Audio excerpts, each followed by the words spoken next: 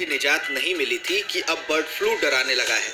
कई राज्यों में हुई अब तक लाखों पक्षियों की मौत के पीछे बर्ड फ्लू के कारण सरकार की चिंता बढ़ गई है। पंजाब, मध्य प्रदेश और झारखंड ने बीमारी को लेकर अलर्ट जारी कर दिया है। पक्षियों में बर्ड फ्लू की पुष्टि के बाद एक बार फिर बीमारी ने गंभीरता को नए सिरे से समझने का मौका दिया है। इन परिस्थितियों में बर्ड फ्लू के बारे में जान लेना खुद को सुरक्षित रखने के लिए बहुत जरूरी है। आइए आपको बताते हैं बर्ड फ्लू के बारे में। आखिर यह बीमारी है क्या, इसके लक्षण क्या हैं, किन लोगों को इस फ्लू से ज्यादा खतरा है और इसका इलाज क्या है। बर्ड फ्लू को एवियन इन्फ्लुएंजा भी कहा जाता है। ये वायरल संक्रमण है जो न सिर्फ पक्षियों को संक्रमित करता है बल्कि इंसानों के अलावा जानवरों को भी संक्रमित करता है। एवियन इन्फ्लुएंजा सबसे ज्यादा पक्षियों के लिए खतरनाक होता है और संपर्क में आने वाले इंसानों और जानवरों को आसानी से संक्रमित कर सकता है। फिलहाल इंसान से इंसान तक वायरस के फैलने की पुष्टि नहीं हुई है। फिर भी कुछ विशेषज्ञों की चिंता महामारी के खतरे को लेकर है। इन राज्यों में बीमारी से पक्षियों की मौत के मामले।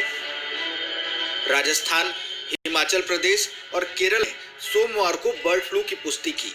सैकड़ों पक्षियों की मौत के पीछे बर्ड फ्लू को कारण माना गया है। पंजाब, मध्य प्रदेश और झारखंड समेत कई राज्यों ने बीमारी की गंभीरता को देखते हुए अलर्ट भी जारी कर दिया है। हिमाचल प्रदेश में कांगड़ा जिले के पोंग डैम जलाशय के पास 2300 प्रवासी पक्षियों की मौत हो गई। एहतियात के तौर पर राज्य सरकार ने जिले के कई इलाकों में पोल्ट्री के मारने, खरीद और बिक्री को बैन कर दिया।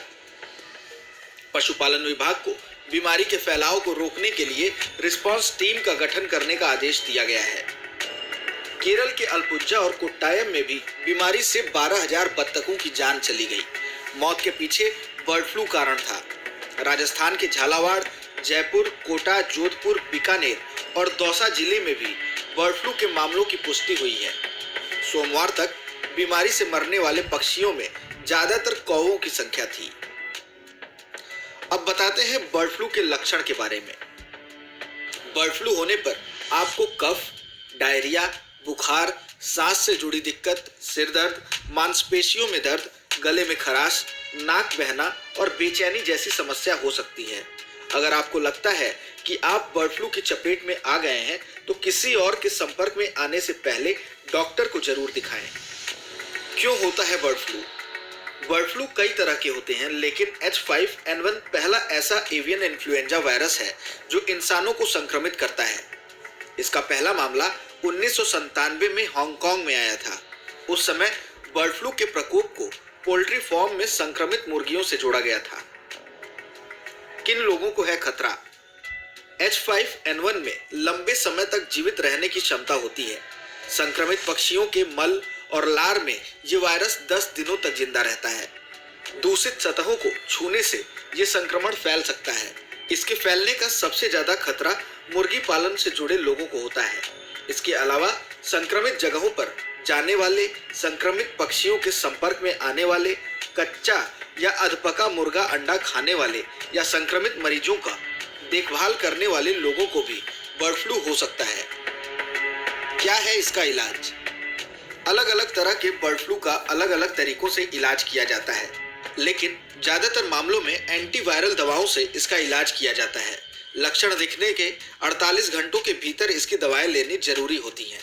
बर्ड फ्लू से संक्रमित व्यक्ति के अलावा उसके संपर्क में आए घर के अन्य सदस्यों को भी ये दवाएं ली जाने की सलाह दी जाती है, भले ही उन लोगों में बीमारी के लक्षण ना हो। कैसे करें बचाव?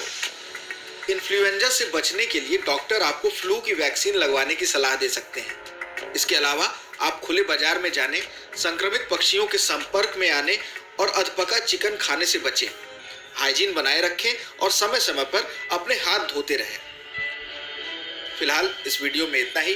अगर कोई सवाल और सुझाव है तो हमें कमेंट बॉक्स में जरूर बताएं। देश और दुनिया की ताजा तरीन खबरों की अपडेट्स के लिए